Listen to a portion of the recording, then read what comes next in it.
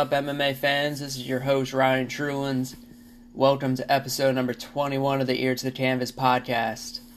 It's been about 2 weeks since I last recorded, so we've had a ton of action, specifically UFC 252 this past Saturday, where we got to watch Stipe edge out DC in a decision to defend his heavyweight belt, and DC obviously is done going out with the loss. It sucks, but it's a part of sports.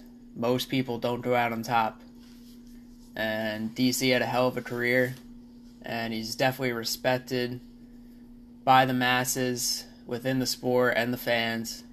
He's going to have a great career as a commentator, like he already is in the midst of doing. But Stipe rolls forward as the greatest heavyweight of all time, and he's got more of a legacy to write. He's going to be, I think he takes on Francis Ngannou next, without a doubt. Ngannou deserves it. Dana agrees. So I think that'll be next. I think they'll probably put that for the December pay-per-view. I expect that fight to probably be the main event, with, I could see the co-main event being the bantamweight belt, Petr Yan and Aljamain Sterling. I could see being the co-main on that in December. And then maybe we get a female title fight, as maybe 3 title fights. It's possible, for December cards are stacked, usually, the pay-per-view. So the heavyweight picture is a lot of fun right now. We had also another heavyweight showcase this past Saturday. Jairzinho Rozenstruik finished Junior Dos Santos. Made a statement, proved that he's a legit contender at heavyweight. Great performance finished a former champ. JDS has lost 3 straight fights now, which obviously sucks for him. He never even lost back-to-back fights in his career up until now, and now he's lost 3 straight. So he's gonna definitely have a lot of work to do to get back towards another title shot. As for Rozenstruik, though, there's really no dance partner right now for him, because you got Derek Lewis now taking on Curtis Blades. That's going to be happening in late November. So Lewis can get down to like 240 or whatever he wants to get down to. That's going to be happening in November. Winner of that's going to be looking for a title shot. Then you obviously got Ngannou and Stipe. DC's retiring. Then you got Rozenstruik there. He already beat Overeem. I don't see them making that fight. It could be Volkov, though. Volkov is coming off a loss to Blades. They could make that fight. It's really he's the only guy out there that makes any sense for Rozenstruik, honestly. And Jon Jones has entered the mix at heavyweight, officially vacating the light heavyweight belt. And he is going to be fighting at heavyweight in his next fight. Now, it's going to be interesting to see when that will be and who it will be against.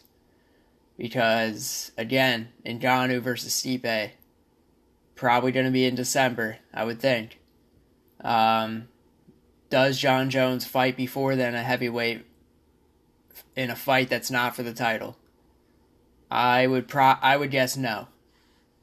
I would say that he's waited this long. He probably waits for the winner of Ngannou and Stipe, and they give him the title shot. That'd be my guess. Because really, who else? He could fight Rozenstruik, but that's a high-risk fight in your heavyweight debut, especially for it not being for the title. You vacated the title that you already owned, the 205 belt. You don't own that anymore. Reyes and Jan Blachowicz are fighting for that. So I think Jones waits until he gets the title shot.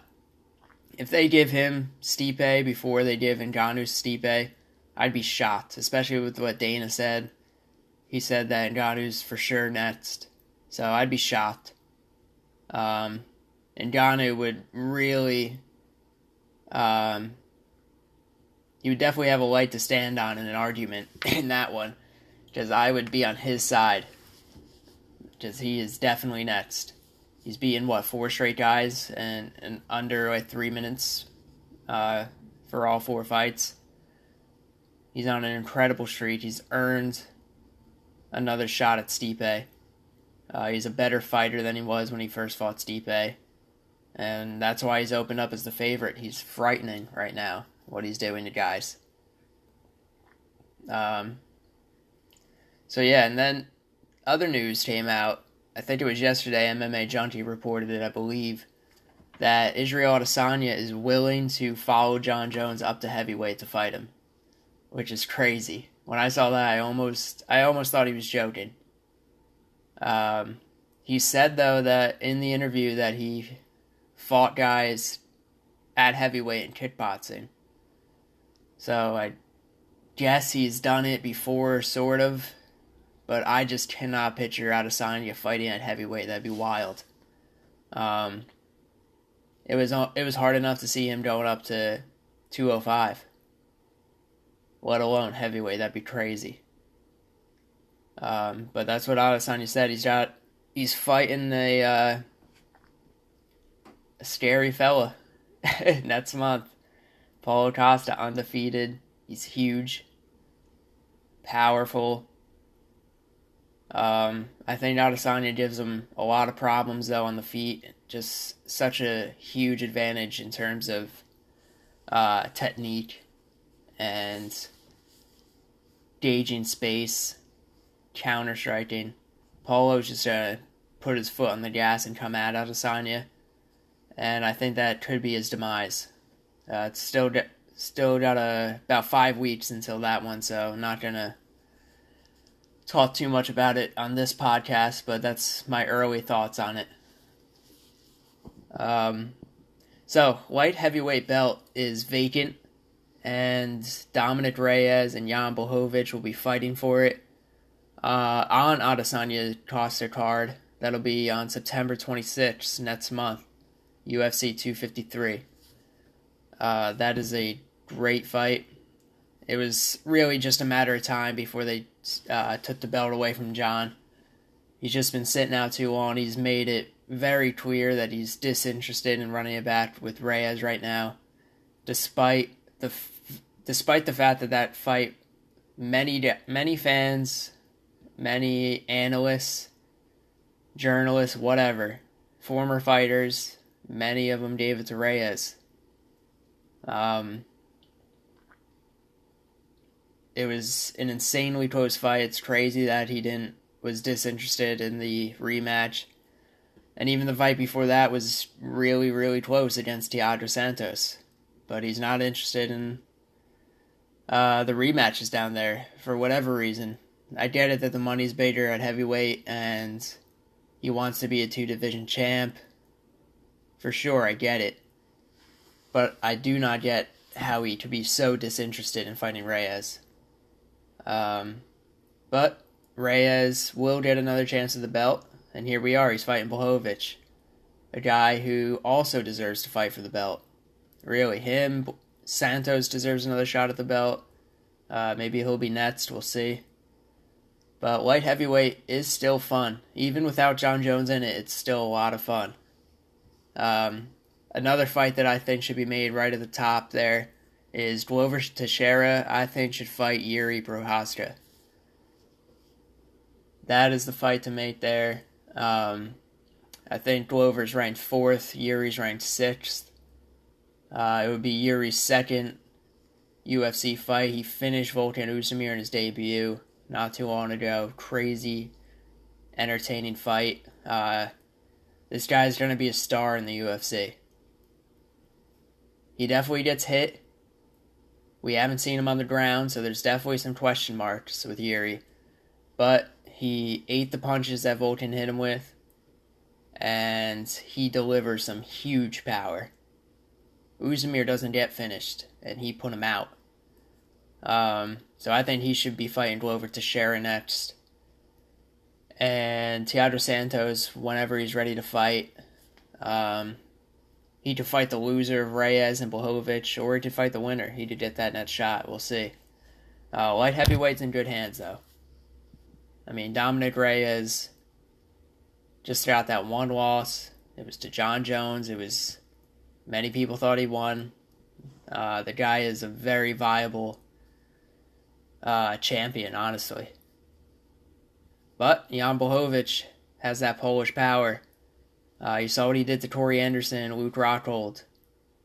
If he catches Dom right, he could put him out. Blachowicz could be champion for sure. That's going to be a fun co-main event, UFC 253. Moving down to welterweight. Actually, let's just go in order. We've talked about heavyweight, light heavyweight now. Let's go to middleweight. Halloween, Anderson Silva is taking on Uriah Hall.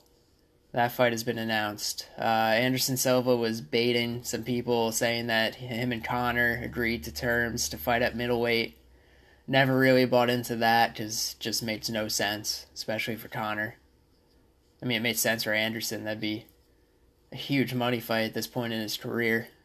But it makes no sense for Conor. Never bought it. So here we are. He's fighting Uriah Hall, who was supposed to fight Yoel Romero, which would have been a more interesting fight. Definitely a tougher fight for Uriah, Yoel. But here we are. He fights Anderson Silva, the middleweight GOAT.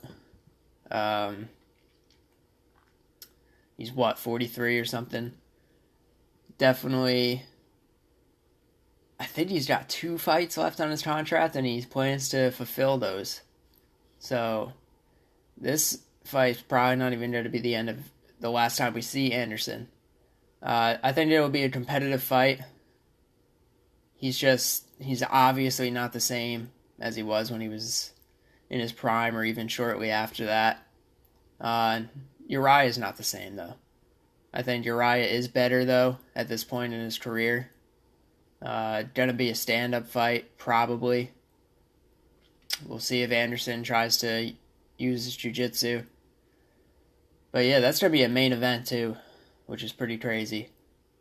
That's gonna be I guess, as of now, a 5-round fight. I don't know the last time Anderson fought a 5-rounder, but I think that's gonna be a 5-round fight as of now. So look out for that.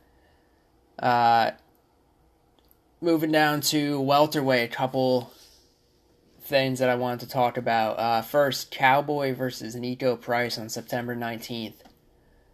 As soon as I saw that fight was announced, smiles came to my face, because that is just going to be such a fun fight.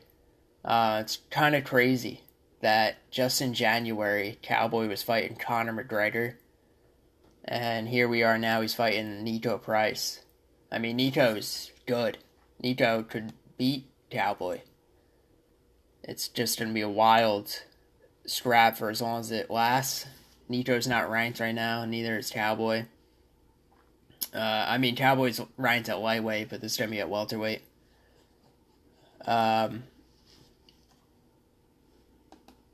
It's crazy how he goes from fighting in January against the sport's biggest star on a pay-per-view main event, and here we are, he's going to be fighting Nico Price on September 19th. His last fight was against Pettis. It was super close, very competitive. Not a bad fight either. I think it was the featured prelim on the card. I don't know. September 19th. This isn't going to be a main event, is it? September 19th is going to be the Tyron Woodley and Colby Covington fight, so this will probably be the co-main event, I'm sure. And that's a really good co-main. That's going to be a fun fight. Very fun fight. So just stick at welterweight. Jorge Masvidal. I just don't understand why he won't fight Leon Edwards. I really don't. He wants to fight for the belt. He was saying that him and I think he was saying him and Gilbert should fight for the vacant belt, because Kamaru's a little injured, going to be out for a little while. But that doesn't make sense. Masvidal clearly lost the fight. I know it was on a week's notice, but still, Masvidal needs another win before he gets a title shot. And Leon Edwards is right there calling him out. This fight would have hype because of what happened backstage. It would be super competitive. I know more people know who Jorge Masvidal is, but Leon is right there with him as a fighter. in terms of skill, and he's a different fighter. He's more, he'll touch you. He's kind of like how Adesanya touches you over and over and over. He's not looking for the power shot, how Jorge Masvidal throws everything into like those body kicks that he's been throwing. Different styles for sure. But it would be such an incredible fight. And that is the fight that should be made. I just don't understand why Masvidal won't take it. It's got to be on his end because Leon's been calling him out. So it's got to be on Masvidal's end. That's the fight to make. I really hope the UFC gets Masvidal on board and gets that fight made, because I know that most UFC fans, especially all the diehard UFC fans, would be dying to see that fight. Dying to. Yeah, so lower divisions besides that, I mean, lightweight, not much going on right now. Still waiting on what Tony does. You got Charles Oliveira. He's going to be taking on Beneil Dariush. That's a really fun fight. Two guys that are definitely avoided. Charles Oliveira is probably the most avoided in the sport. Definitely right up there. And nobody higher than that wanted to fight him. It's crazy. The guy deserves one of those top 5 guys, but it's a shame. But he fights Beneil Dariush, who is another high-risk fight, because this guy's on some sort of run. And he's dangerous, both on the feet and the ground. And so is Oliveira. That's going to be a wild fight.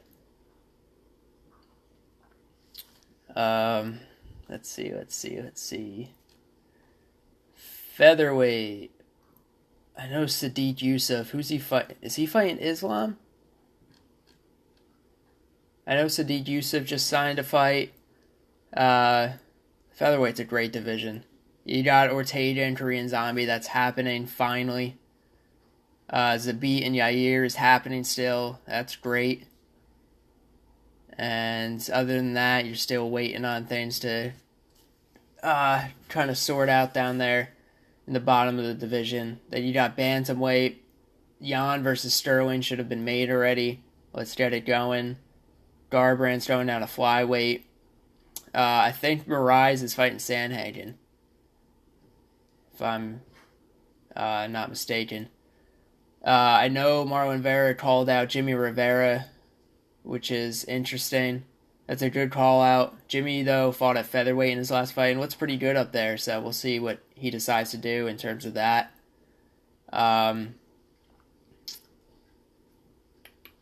O'Malley, not ranked, obviously. He's got to rethink some things. He's definitely just got to... I think he's doing this, too. Just take a step back, out of the spotlight. Understand that he's just, 25 years old.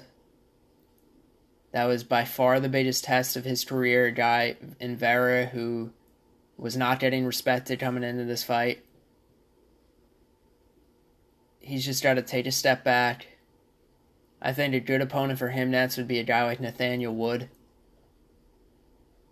I don't think he'll fight a top 15 guy. Nathaniel Wood would make a lot of sense for me for O'Malley next. But this injury that he has, it seems, and I heard Chael Sonnen talking about this, that it's a sprain of some sort on the top of the ankle, which is, Chael was saying that he has seen these doctors talk about it and how it could be a bitch to heal that.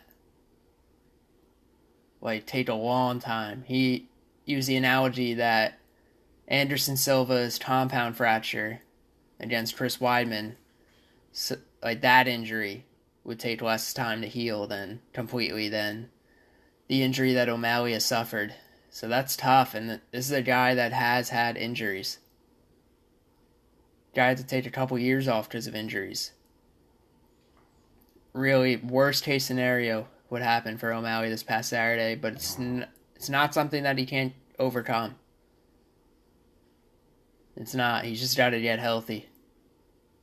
And he could definitely still be a big star in this sport.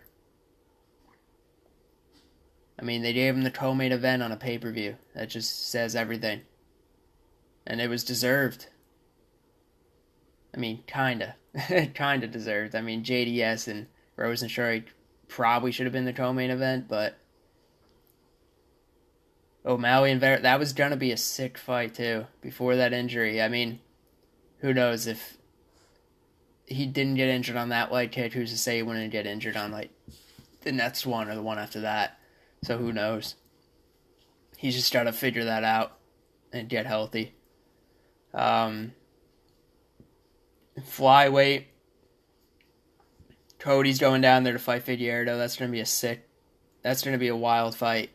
That might be the most watched flyweight fight of all time. I would not be surprised. I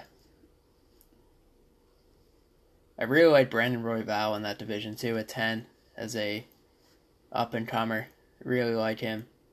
Flyweight's in good hands. I like the flyweight division right now. It's a good division. There's no way they're getting rid of it. Figueiredo, I mean, he's going to be a tough man to beat. Cody's going to go down there. We'll see what he looks like at 125. Going to be very interesting. But that's just about it on the updates and what's going on in the UFC.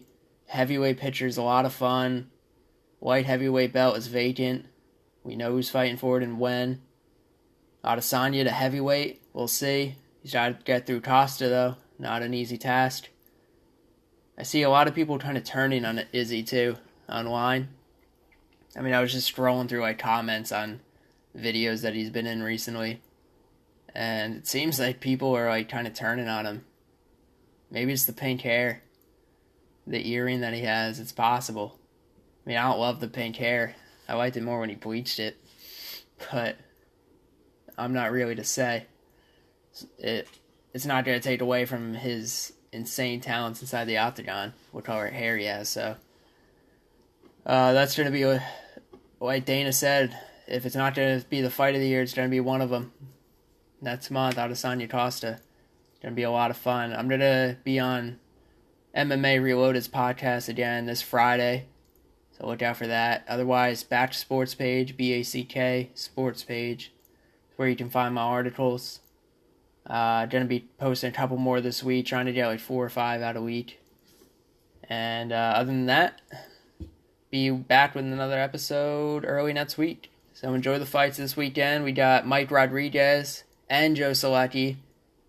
What a coincidence that the two UFC fighters I've interviewed so far are fighting on the same card. Pretty wild. They're fighting this Saturday on the Edgar Munoz card. ESPN Plus. Watch that. Gonna be a ton of fun. And I'll be back early next week, so enjoy the weekend. Peace.